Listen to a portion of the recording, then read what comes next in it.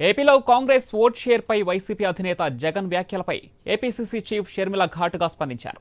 వైసీపీకి 38% ఇచ్చినా అసెంబ్లీకి వెళ్లనప్పుడు కాంగ్రెస్కు వైసీపీకి తేడా ఏంటని ప్రశ్నించారు. అసెంబ్లీ వేదికగా పాలక పక్షాన్ని ప్రశ్నించలేని వైసీపీనే ఇవాళ ఏపీలో ఇన్సిగ్నిఫికెంట్ పార్టీ అని విమర్శలు గుప్పించారు షర్మిల. సొంత మైకుల ముందు కాదు, అసెంబ్లీ మైకుల ముందు మాట్లాడాలని ఎద్దేవా చేశారు. ప్రతిపక్షం కాకపోయినా 11 మంది ప్రజాపక్షమని నిరూపించుకోవాలని చురకలంటించారు.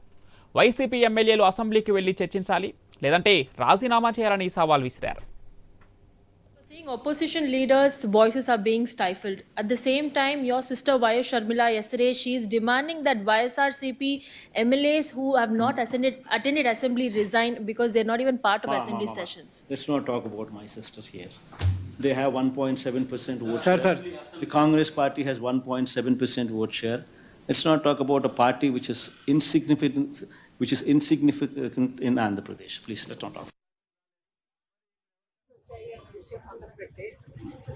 జగన్మోహన్ రెడ్డి గారికి అయితే 38% ఓట్లు వచ్చాయి కదా. జగన్మోహన్ రెడ్డి గారి పార్టీకి 11 సీట్లు అయితే వచ్చాయి కదా. మరి ఎందుకు అసెంబ్లీకి వెళ్ళటం లేదు? మీరు ఎమ్మెల్యేలుగా ఉంటే మెంబర్ ఆఫ్ లెజిస్లేటివ్ అసెంబ్లీ మెంబర్స్గా ఉండి మీరు ఎందుకు వెళ్ళటం లేదు?